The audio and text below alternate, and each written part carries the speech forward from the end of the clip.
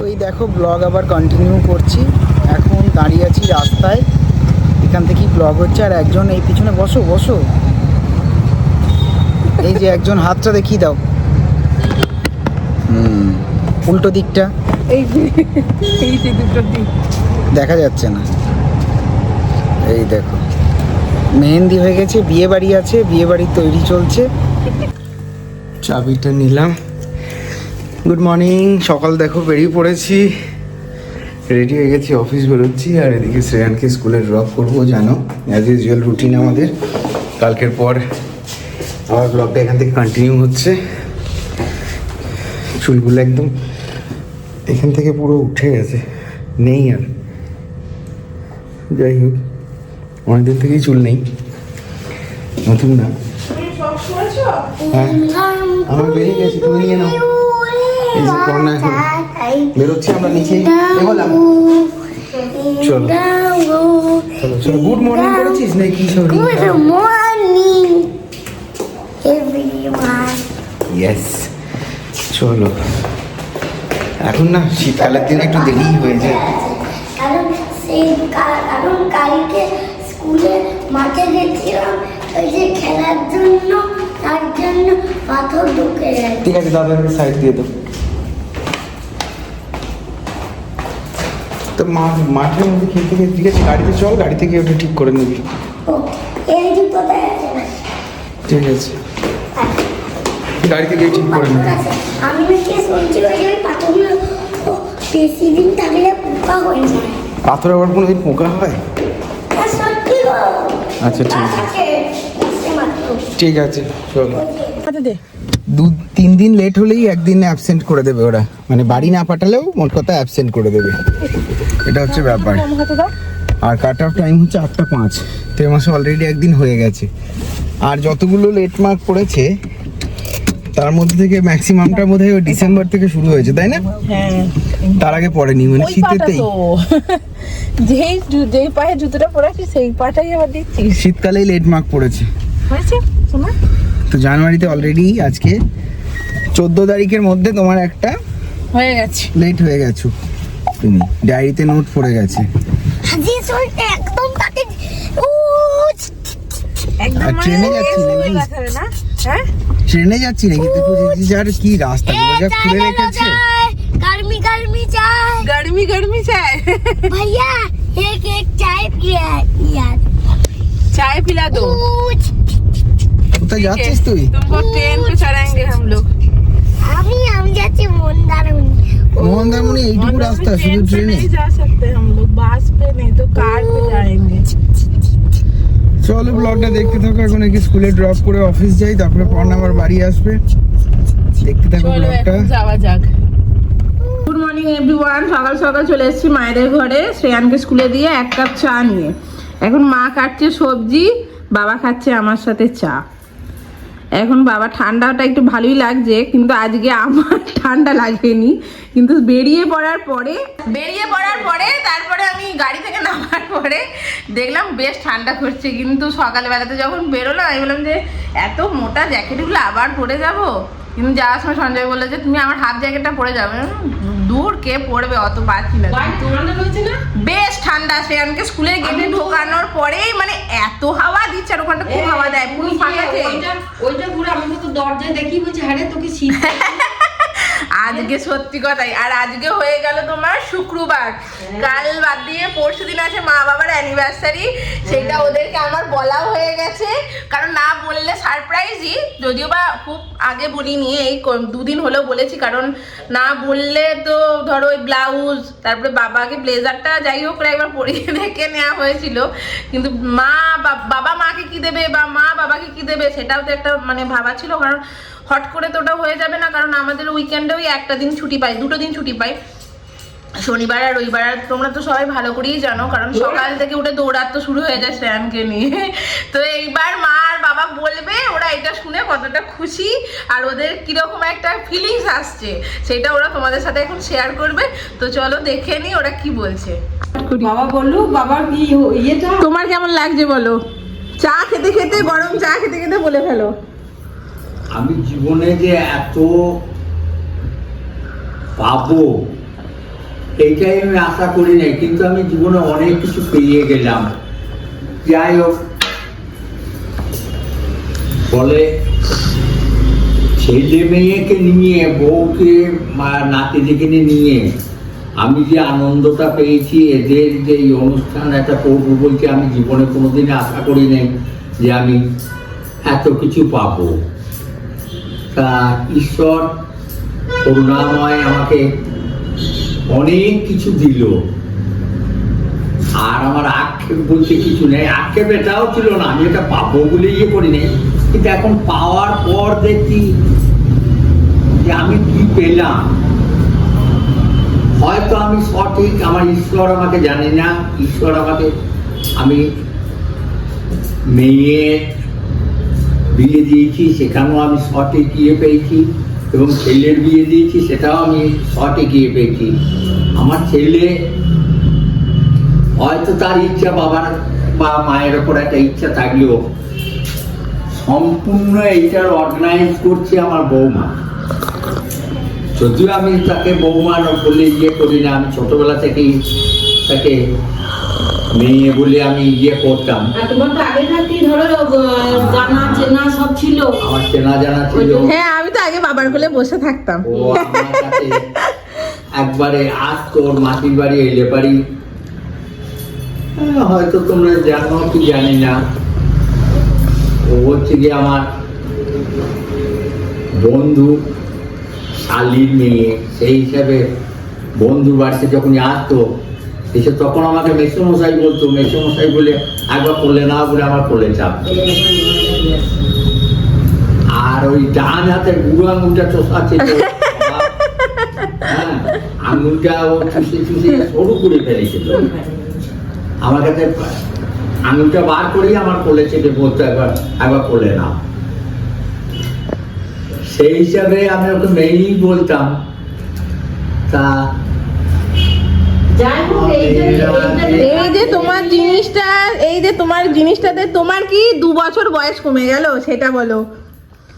অনেকটা বয়স কমে গেল। মানে এটাতে তুমি কি ফিল করতে পারছো যে তোমার 2 বছরের বয়স কমে আমার গেল? বলছে, আমার তো মনে হচ্ছে যেন আমি এখনো 20 বছর বাঁচি। অবশ্যই বাঁচবে, কেন বাঁচবে না? এত আদর পাবো, এত ভালোবাসা পাবো আমি আশা করি। তো ঈশ্বর করুণাময় আমাকে দিয়েছে, আমার জীবনে অনেক খেদটা মিটিয়ে দিয়েছে। যে খেদ বলে নয়, আমি এগুলো আশা করিনি, আমি পেয়ে গেছি। আমি ওদের দৌলতে প্লেনে চাপলাম, ওদের দৌলতে বোম্বে থেকে ঘুরে এলাম, ওদের দৌলতে আজকে কলকাতায় ওরা আমাকে বাসা ভাড়া করে রেখে দিয়েছে। যদিও আমার চিকিৎসার জন্য রেখেছে বা ইয়ে করেছে, তা নাহলে আমাকে রাখতে পারতো না। ওদের ক্ষমতা ছিল না আমাকে আটকে রাখা। ওদের ক্ষমতা পাইছে, আমি শারীরিক থেকে কমজোরি হয়ে গেছিল, ওদের ক্ষমতা। ও তোমাকে রাখার ক্ষমতা কারণ নেই, আমার আছে। তোমার কেউ করতে পারবে না, তোমাকে কেউ কিছু বলতে পারবে না। আমার উপরে তুমি কথা বলবে না, কোনো দিন বলবে না, কারণ তুমি আমাকে সেই রকম দেখো, আমিও তোমাকে সেই রকম দেখি। তোমার এবার ফিলিংসটা কেমন হচ্ছে এই যে এত লোকজন আসবে? দারুণ ফিলিংস কি আমার, মানে এটা শোনার পরে আমার আনন্দে চোখ দিয়ে জল এসে গেল। আনন্দে আমি কথা বলতে পারি নাই। আমি কালকে তোকে বলছি, আজকে যে আমি বলছি যে আরে মেনুটা কি বললি, আমি তো পরশুদিন যখন বললি তখন আমি শুনতে পাইনি। আমি শুধু তাকিয়ে দেখেছি, তোরা এত লোক করেছিস, এত ইয়ে করেছিস, আর এত টেকনোলজি তোদের হাই, যেটা আমি বুঝতে পারি নাই। যেটা আমার মেয়ে হচ্ছে খুব হরগলা, আমার বর্ধমানে ঠাকুর যে হচ্ছে খুব হরগলা, তারা যে এই কথাগুলো আমাদেরকে বলবে না, অন্য কেউ হয়তো চুপ করে রাখে। তোরা তোদের টেকনোলজি এত হাই যে তোরা চুপ করে রাখতে পেরেছিস। মানে তাই এত আজকে কম আমার কাছে মনে হচ্ছে আমার জীবনীটা তোদের ভিডিওর মাধ্যমে একদিন আমি বলবো, আমার জীবনে আমি কিভাবে চলেছি, কিভাবে ইয়ে করেছি, এটা হয়তো আমি একদিন বলবো। তোরা এটাও একটা রেকর্ড করে রাখবে, আমি যদি করা যাবে। ঠিক আছে, এখন ওইসব কথা বাদ দাও, তোমাকে ভালো করে সাজাগোজা করতে হবে, সেইটার দিকে মন দাও। লোকজন আসবে, সবাইকে ইয়ে করতে হবে। খবরটা আমি যেদিন শুনলাম মানে আমাকে তো তোরা জানিস আমি একটু চিন্তামণির লগে মায়ের কিছু হোক আর না হোক সবার আগে একটু চিন্তাটা করে। আমি মানে যে আগে যা ভাবি আমি তার বেশি বেশি করে ভেবে নিই। আমার এইটাই মানে মানে কি বলবো, আমার এই মানে বলার নয়, আমাকে ওই জন্য সবসময় সবাই সব জিনিস মানে আমাকে প্রথমে জানায় না, যে জানে আগে ও অনেক কিছু ভেবে নেবে, সত্যি বলছি। তবে সেই দিনকে শুনে মানে একবারে মানে হতভম্ব হয়ে গেছিলাম যে তোরা এটা কি করেছিস, আমাদেরকে না জানিয়ে তোদের নিজের মনে মনে এরকম ধারা। আমি তো খুব খুশি মানে এত আনন্দ, সত্যি করে কি বলবো, আমার তো কান্না পাচ্ছে শুনে। এইবার মা যাবে পার্লারে যাবে, আনন্দ সঙ্গে মানে চোখে জল আসছে। আমি এইরকম ভাগ্য করে ছেলে মেয়ে পেয়েছিলাম না, এখন কান্নার দিন নয়, এখন আনন্দের দিন, আনন্দ করতে হবে। আমরা মানে আমার ঠাকুর আমাকে যা দিয়েছে আমি আর ঠাকুরের কাছে কিছু আশা করি নাই। আমি যেমন এইরকম আনন্দ করে জানো যতদিন বউই তো বলবে, মেয়েই বলে আর যাই বলি সবাই তো বলবে বউই বলবে। বউটাকে মেয়ে হিসেবে পেয়েছি, আমরাও যেমনি তাকে মেয়ে হিসেবে ইয়ে করি, সেও আমাকে বাবা হিসেবে ইয়ে করে। আমার মেয়েও তাই, জামাইও তাই, নাতি দুটো নাতি তো আমাকে নাতি এসে বলছে দাদু তোমার কষ্ট হয়। আমি যখন কাশি হয় তখন খুব কষ্ট হয়। বলছে এরকম করে হাত দিয়ে যায়, সেই চেয়ার নিয়ে এসে তোমাকে নিয়ে ওর ওই কথাটা শুনে আমি ওর বাবা নিজেই হতভম্ব যে ওর মাথাটা কতটা চলে সমস্ত জিনিস নিয়ে। এই তোর বাবার আমি ঘরে বসে বসে এইসব কথা নিয়ে আলোচনা করি মানে এতই গর্ব লাগে, এত ইয়ে লাগে যে এইটাই রাখে। আলটিমেটলি তোমরা দুজনে খুব খুশি, খুব খুশি হয়েছো। এই ব্লগ যারা দেখবে যেন আমার ছেলে মেয়েকে আশীর্বাদ করো, ওরা যেন আর এরকম প্রত্যেক ঘরে ঘরে যেন ছেলে মেয়ে মা বাবার কোলে এরকম সন্তান থাকে। আলটিমেটলি মা বাবা প্রচন্ড খুশি। আজ থেকে সব গেস্ট আসা শুরু হবে, আর মা আজকে যাবে পার্লারে, সেটারও একটু ক্লিপ দিয়ে দেবো তোমাদের সাথে। মা আজকে যাবে ফেসিয়াল করতে এইরকম। তো ওরা পুরো একদম মানে এত সারপ্রাইজ হয়ে গেছে যে বুঝতে পারেনি যে জিনিসটা এরকম ভাবে, মানে ওদের কল্পনায় আসেনি, কারণ আসবেও না সেটা আমি জানি ভালো করে। কারণ সারাক্ষণ বাবার ওই চিকিৎসা নিয়েই মানে মা বলো বাবা বলো দুজনেই ওটা নিয়ে ইয়ে। আমি দেখলাম যে হ্যাঁ ঠিক আছে, সমস্ত জিনিস সবই থাকবে, কিন্তু কিছু জিনিস জীবনে স্মৃতি হয়ে থেকে যাওয়াটা দরকার। তো এটার জন্য আমার মনে হয়েছে যে এটা মানে ভেবেছি, এইটা দেখি এবার তোমাদের কৃপায় যেন এটা যেন ঠিকঠাকভাবে উদরে যায়, আর কিছু নয়। আর বাবা মায়ের আশীর্বাদ আছে যখন, নিশ্চয়ই সব ভালোভাবেই হয়ে যাবে, অসুবিধা নেই। তো চলো তোমরা দেখতে দেখো, খুব ইন্টারেস্টিং ব্লগ আরও আসতে চলেছে। আজকে এই বাবা মায়ের মানে অভিজ্ঞতাটা, মানে খুশির অভিজ্ঞতাটা তোমাদের সাথে শেয়ার করলাম। তো দেখতে থাকো আমাদের ব্লগ আরও, আর আমাদের ফলো করো, আর মানে খুব বেশি করে লাইক দাও, ফলো করো, শেয়ার করো, এটাই বলবো, আর কিছু নয়। তো মা বাবা এখন টাটা করে দেবে, টাটা করে দাও তোমরা দুজনে মিলে। আমি 38 বছর আগে মানে যে জিনিসটা আমি পাইনি, আমি এখন 38 বছরে হ্যাঁ মায়ের আর বাবার এখন সেই জায়গায় চলে গেছে, বিয়ের দিনের জায়গায়। মানে আমরা চেষ্টা করবো সেরকম ভাবেই তুলে ধরার, তবে যতটা পারবো। তো চলো এখন মা বাবা টাটা করছে তোমাদেরকে, এরপরে তোমরা ব্লগগুলো দেখতে থাকো। তো আজকে আর কি হচ্ছে না হচ্ছে সেগুলো আমি তোমাদের সাথে শেয়ার করব। আজ থেকে গেস্ট আসা শুরু হচ্ছে, এবার ঘর দোরগুলো একটু পরিষ্কার করতে হবে। আমার ঘর দোর তো অলমোস্ট আমি পরিষ্কার করেই ফেলেছি, কিন্তু তাও আজকে এদের প্রথম গেস্ট আসবে আমার বাবা মা। বিআইবিয়ান ছাড়া তো আর বিআইবিয়ানের বিয়ে দেওয়া যায় না। তো যাই হোক, বাবা মা সুস্থ আছে সেই জন্যই হয়তো আসতে পারছে। আর একটা বিআইবিয়ান আছে, কিন্তু তারা তো আর অতটা সুস্থ নয় বা এসে কিছু করতে পারবে সেরকম ব্যাপার নয়। তো যাই হোক চলো, এখন মা মানে মাই ভরসা, মা আসুক, এসে বিয়ান আর বিআইয়ের বিয়ে দিই। তো চলো দেখতে থাকো ব্লগটা। তো এই দেখো ব্লগ আবার কন্টিনিউ করছি। এখন দাঁড়িয়ে আছি রাস্তায়, এখান থেকেই ব্লগ হচ্ছে। আর একজন এই পিছনে বসো, এই যে একজন হাতটা দেখিয়ে দাও, উল্টো দিকটা, এই যে দুটো দিক দেখা যাচ্ছে না, এই দেখো মেহেন্দি হয়ে গেছে, বিয়ে বাড়ি আছে, বিয়ে বাড়ির তৈরি চলছে, সেই জন্য এখন মেহেন্দি করে নিয়েছে। আর আমি শ্রেয়াঙ্কি আজকে পরে নিলাম, কারণ যাদের বিয়ে তাদেরকে তো পড়াতে হবে কালকে, সেই জন্য তাদেরকে কালকে রেডি করবে বলে আজকে কালকে নিজে হয়ে ready করবো, গেছে। ওই জন্য আমি তোমাকে পরে নিচ্ছি। আর সকালে একটু ব্লগ আমি তোমাদেরকে দিয়েইছি, বাবা মায়ের অভিজ্ঞতাটা কীরকম সেটা তোমরা দেখবে আর কমেন্ট করে জানাবে যে কেমন লাগলো।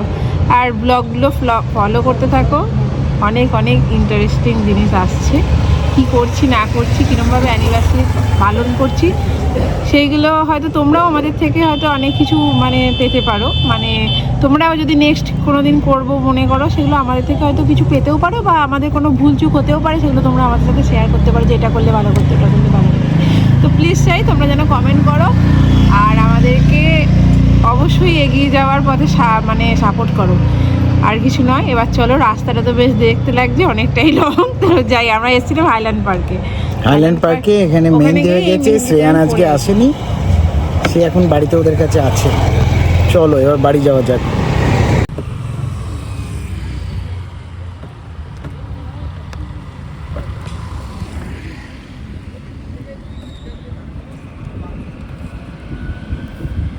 দেখো বাড়ি চলে এসেছি, তার মেহেন্দি টেহেন্দি ফাইনালি হয়ে গেছে, এখন এটা শুকিয়েও গেছে, এখন বোধহয় পুরো কালারটা আসেনি, তাই না? এটা কালকে আরো ডিপলি আছে, মানে যদি বা এই দিকেরটা অতটা ভালোভাবে বোঝা যায় না, তাও বোঝা যাচ্ছে ভালোই কালারটা এসছে। যদিও এখন হাতটা ধুইনি, একটু ওই সর্ষের তেল লাগিয়ে একটু সেকে টেকে নিলাম আগুনে, লেবু রসও লাগিয়েছি, মানে যা যা দরকার সব লাগিয়েছি, আর পেপার দিয়ে তুলেছি এটাকে, এখন হাতে জল ঠেকাইনি। 10টা বাজলে আমি হাতে জল ঠেকিয়ে নেবো। তো যাদের বিয়ে মানে অ্যানিভার্সারি, তাদের সঙ্গেও দেখা করে এলাম, সেখানে ব্লগ হয়নি।